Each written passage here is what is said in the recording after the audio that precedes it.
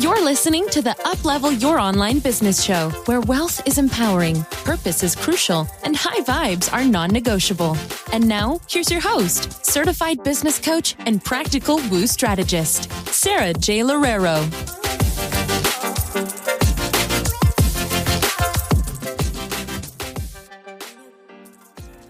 Welcome to another episode of the Uplevel Your Online Business Show with me, your host, Sara J Loureiro. And today I thought it would be super helpful for us to talk about what is a high ticket client truly, and what is it that they want from you. I think that there are so many misconceptions about what a high ticket client, what a high paying client actually is.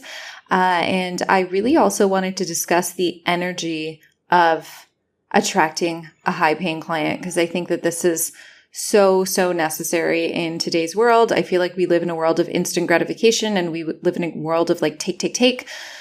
I know that so many of my clients and my viewers are givers. And so I hope that you enjoy this perspective on, if you are a coach or if you are looking to sign high-ticket clients in different industries, who is this person exactly, and what do they ultimately want from you and your business? Now, let's start from the basics. Let's start from the very beginning of my online business, because I think this is really important. So I started out in business back in 2014, 2015, and I started out in yoga and wellness coaching. And I remember thinking to myself, I want to be the affordable yoga teacher. That's literally what I told myself, and that's literally what I told my friends. I want to be the yoga teacher that makes everything really accessible. I want even private yoga, private one-to-one yoga to be extremely accessible to people. And so I was going to price my private yoga at around $30 to $50 a session. And guess what? What's so interesting about this is I had some pushback from people that I knew who were like, well, who's going to pay you $30 or $50 for a yoga session when they can just pay $10 for a drop-in? And I literally also got people who would say, well, who's going to pay you $30 to $50 for a yoga session when you can just do yoga on YouTube these days? And it is so interesting, like looking back at all those conversations, it is so interesting how different people think. And this is what I want to start with today, because a high ticket client isn't necessarily someone who has a ton of money in the bank account. It is someone who thinks differently. Okay.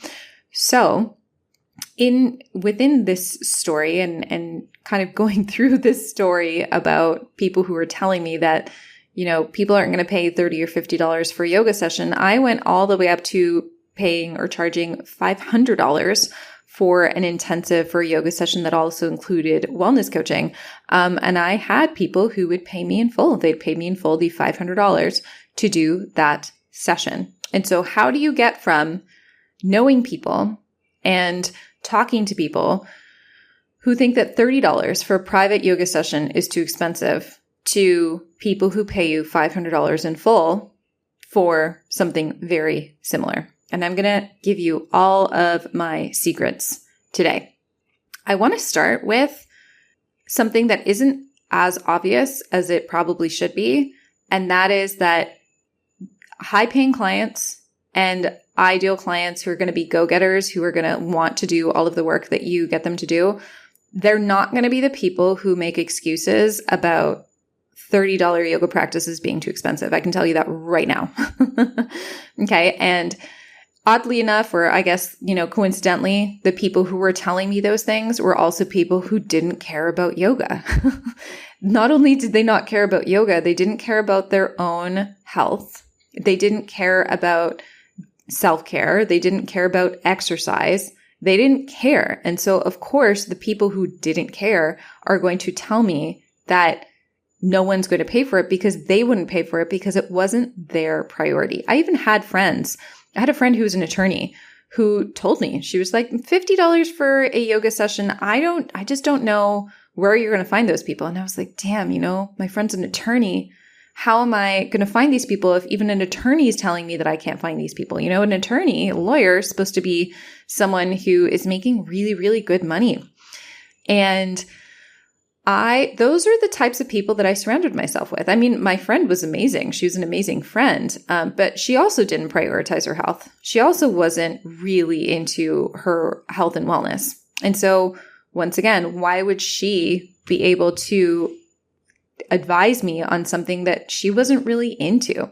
And so that's one of the very first things that you'll want to understand about yourself and your ideal client is if you're not in the right rooms and if you're not in the right circles where people actually value their own self-care and value the thing that you're doing, you can't ask them for advice because they're going to have no idea. They're going to have no idea how to give you advice based off of the thing that you truly want to do. If I were to really take into account all of the people's opinions in my life, including the people who raised me, I would never be where I am right now. I would never had made multiple 7 figures online. I would have never quit my 9-to-5. I would have never moved to the tropics. I would have never lived beside the beach. I would never be living my dream life because I would have taken into consideration all of those opinions, and most of those opinions would have really advised me against all of this. They would have told me that I'm absolutely crazy, and this isn't meant for me. I even remember one of the very first times that I came to Nicaragua when I was doing a student exchange program. I had people very close to me telling me, oh, that's only what rich kids do. You know, we're not rich, so you shouldn't be doing those types of things with your life. Like, that's a luxury that you can't afford to take right now.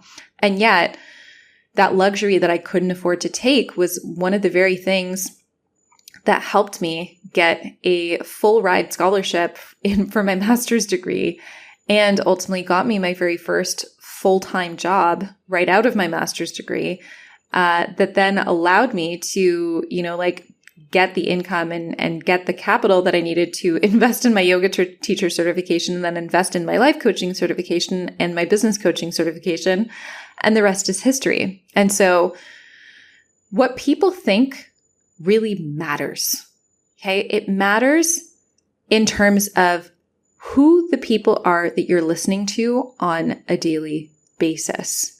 There are people who are surrounding themselves right now, right at this very moment, with people who have their biggest dreams as their best interests. And there are people you are probably surrounding yourself with who don't have your dreams as their best interests for you. And you want to make sure that you're talking to the right people about what it is that you want to do and about what it is that you want to create for yourself, because a lot of people's opinions are just not going to be the thing that you need to hear, and they're not actually going to be accurate. Okay. Opinions aren't facts. So that's one of the first things is I went literally from charging $30, $50 a session for yoga to charging $500. Okay. And so if I can do that, you can totally do that too. Now, really big myth about all of this stuff is that the people who are, paying you $500 for the yoga class are rich people. They're people who are loaded. They're people who have a ton of money. I hear this all the time. And I used to be one of the people who also thought the same thing. I used to think, okay, if I'm going to be doing, luxury private yoga, or if I'm going to be doing high ticket private yoga, I need to be working with celebrities. Those are going to be the people with money. And so I was like, I need to have luxury branding. I need to have everything that has to do with my brand needs to be targeted at ultra wealthy people. And so I started to do my Facebook ads where I targeted people with specific zip codes or people who had specific professions. And then what I realized after I did all of that and I got on a whole bunch of calls with these people is that a lot of them also had the same apprehensions. A lot of them were like my friend who is an attorney who were like, no, I can't invest $100 in myself. No. I'm so sorry for wasting your time, Sarah. I just can't do this. And then I started to realize that high ticket clients aren't necessarily just wealthy people. And so who are they? Who are these high ticket clients really? I'm going to give you a few tips on who they are and how to energetically attract them. And so the first tip and the first thing that I've realized after working with high ticket clients for the past, I would say 7 years now, is high ticket clients want your confidence. They want to know that you know how to solve their problem. They're also very passionate about the thing that you are going to be helping them with. And so you're not going to get high ticket clients with people who are like not really problem aware, people who don't really know what it is that you do. This also comes into play when you're talking to someone who, let's say, for example, doesn't care about yoga. They're not going to value your yoga retreat. But someone who's been going to a yoga studio for 5 years and who's looking to uplevel their yoga practice, and they see your 5K yoga retreat, yoga is all they think about, is all they talk about. They live and breathe it. Yeah, they're going to pay the 5K, right? Someone who doesn't practice yoga at all and someone who's just not interested in it, they're going to take a look at that and they're going to be like, that's a waste of money, right? If you see the people who are so into specific things, you probably have some friends, you probably have some family members where you're just like, wow, why do you pay for that? People pay for what they value. People pay for what they value. I have family members who absolutely love designer goods. They pay for that. They pay for what they value and they value their designer goods. And so they're going to be like, yeah, you can buy a purse for $50, but I don't care. I want my $1,000 purse and I'm going to buy that purse because that's what I value.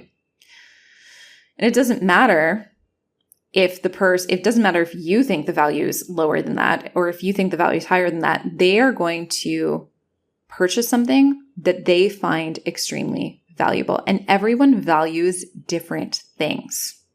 So you need to start looking for the people who value the thing that it is that you sell. So for me, and for me to get my high ticket yoga clients, I found that the people who usually spent the most money and who were the best types of clients were people who are already valuing themselves. They were already valuing exercise. They were already valuing therapy. They were already valuing self-care. And so oftentimes my clients would already be nutritionists. They would already be personal trainers. They would already be working with personal trainers. They'd already be working with therapists. They're already valuing the thing that it is that you have. And because they're already valuing the thing that it is that you have, they're looking for something specific that you have that they haven't been able to find through other people that they've been looking at, which is why having very specific and concrete marketing really does make a difference. Because at the end of the day, if they already have their therapist, if they already have their personal trainer, if they already know nutrition, what is the unique thing that you're going to provide them that's going to make all the difference in terms of what the problem that they want you to solve and what it is that they want to step into, which is their desire. And so having confidence in what it is that you do and having a very, very specific target client who values the industry that you're in is key. And this is why it doesn't matter if from up until now, you haven't been able to find the people that would pay you the amount that you want to charge. It doesn't matter. It doesn't matter because those are probably not the right people. Right? If you're going into your local church, let's say, for example, and you're looking for people who really want to dive into female empowerment, but your local church does not have the women that you know would be ideal clients, then obviously that's not a good place to look for them. But I think what a lot of people do is they think, this is my niche. Okay, great. I'm going to go find them. I'm going to go find them in person and I'm going to go find them online. But what you don't understand is a niche and an ideal client are not the same thing. And so you might be thinking to yourself, okay, great. These are 40-year-old women who want to lose weight. Perfect. I'm going to target these women. But they might not be your ideal client. And so what you want to do is you want to understand who out of the 40-year-old women who want to lose weight are ideal clients.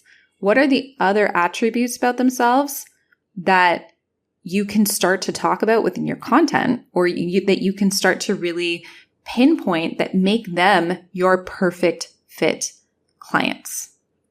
And then once you do that, then you start to uncover, okay, well, that's my niche, but my ideal client is different. My high paying client, that's a completely different person from my niche. And then you start creating content around that person. And the more concrete and specific that you can get, the more confident that you can also feel with the process that you're doing. And that confidence is going to exude within you in the way that you're promoting yourself. And then of course, they're going to find that magnetizing. That's going to create a really, really big appeal for them where they're going to be like, okay, you're confident. I actually really, really like this about you. And I'm going to bet on you and bet on the fact that you can get me the results that I really want because of the fact that you just look really, really confident in your ability to do it. This is also why understanding your program, understanding your methodology, what it is that you do for people is also super, super helpful. The second part of this, and I think that this is once again another really big piece that a lot of people overlook, is the fact that like attracts like. And so if you're out there looking for high-paying clients and you really want to find people who are willing to pay good money for your services, but then you're not paying good money for anything else in your business, guess what? That's not an attraction. You're not walking the talk. And so you're telling other people to invest in you. You're telling other people to invest in your program. But then you're saying, oh, well, I'm only going to invest in my program and I'm only going to invest in myself once I get clients. That's kind of like your client saying, well, I'm only going to invest in you once I lose a little bit of weight. I know that you're a weight loss coach, but I can't afford to invest in myself and, have someone else to help me. So I'm going to try it all on my own first. I'm going to lose my first 20 pounds. And then, once I get my first 20 pounds lost, then I'll hire you. Right. And so if you are of that mentality, you are not attracting your ideal clients. And one of the biggest ways that I've actually been able to attract my clients and really understand what high-paying clients want isn't just through doing strategy. And I want to make this so clear because I think that this is so important. It hasn't only been from, okay, yes, I need to say this in my messaging and this in my content. One of the biggest things that has helped me in terms of understanding what ideal clients want and high ticket clients want is by becoming a high ticket client myself and going through that experience myself and being on that sales call myself and putting through the money after a sales call myself. It's through investing in business coaches, investing in life coaches, investing in yoga teachers, where I am experiencing what it's like to be a high ticket client. It's even me going into hotels and being like, okay, yes, this is what a luxurious experience feels like. Yes, okay, these are the things that people do in this experience that make me feel good. Yeah, maybe these are things that I can put into my own coaching business. It's becoming the ideal client, becoming the high-paying client that has really made a world of difference for me. Because even if it's a bad experience, even if I don't get the thing that I thought or that I was sold, let's say, for example, I still have the experience of, okay, well, what was it about this experience that wasn't the perfect fit for me? And how can I make my experience for my clients better? How can I make sure that I don't do this? And through having those experiences and through really going through that and understanding what it's like on the other end and on the other side of a sales call, when you're terrified, when you're nervous, but also excited, and you don't really know if something's going to work out, and knowing that that other person is there and they are stoic and they're super confident and they carry you through that experience, that's such a valuable piece of understanding what a high-paying client is, because you become one. You become the thing that you want to attract. And so beyond the strategy, beyond the messaging, beyond understanding who this person is, when you become that person and when you can put yourself in the shoes of your ideal client, that's when you truly start to understand what the process feels like and what the transformation feels like. And that's actually one of the best ways for you to truly experience what it is your clients want and what it is that your clients are going to be potentially going through. You go through that experience yourself first. And I think that a lot of people just don't know this. Honestly, I think a lot of people go through life just kind of expecting that ideal clients and perfect fit clients and high paying clients are going to land on their laps, and that, one day their content is all of a sudden going to start working for them, and they're just going to work really hard on it until one day everything works. And what they don't understand is because you are constantly in a place where you have your fists closed and you don't want to invest in anything, and you don't trust anyone, and you don't feel confident in anyone else to really help you, you're emitting that exact same energy out there for your ideal clients. And so the way that you say things in your content, the specific words that you use, and the way that you're able to navigate sales calls is completely different from someone who does have their hands open, who is willing and ready and open to receive, someone who does have those experiences and is willing to put themselves through that experience first is going to have a completely different setup and a completely different attraction for a high-paying client, because that person already knows that experience. That person already has gone through it themselves, and they've become the person that they want to attract. And so really just asking yourself, am I the high-paying client that I want to attract? Am I acting the same way that I'd want an ideal client to act? And I have to ask myself this all the time, because I also have phases of my business where I want to close my hands. I want to close my hands into fists, and I want to clench and I want to hold. But that's actually not the greatest way to attract someone and to invite someone in, right? Because my hands aren't open, they're closed. And so really understanding that for yourself and really understanding how you are energetically not allowing that to come in for you is just as valuable, as important as the actual strategy behind it. And I know for a fact that all of those people who I spoke to when I was thinking about charging $30 to $50 for a yoga session, who told me that I was crazy, none of them are making good money. None of them are doing what they really want to do with their lives. None of them are following their dreams because they're not in that energy. They're not in that place of expansion where they've taken the risks themselves. And they also don't really care about themselves. Most of them don't really care about their bodies. And so they're still in that place. And that's fine. That's their life. I didn't want that life, so I didn't listen to them.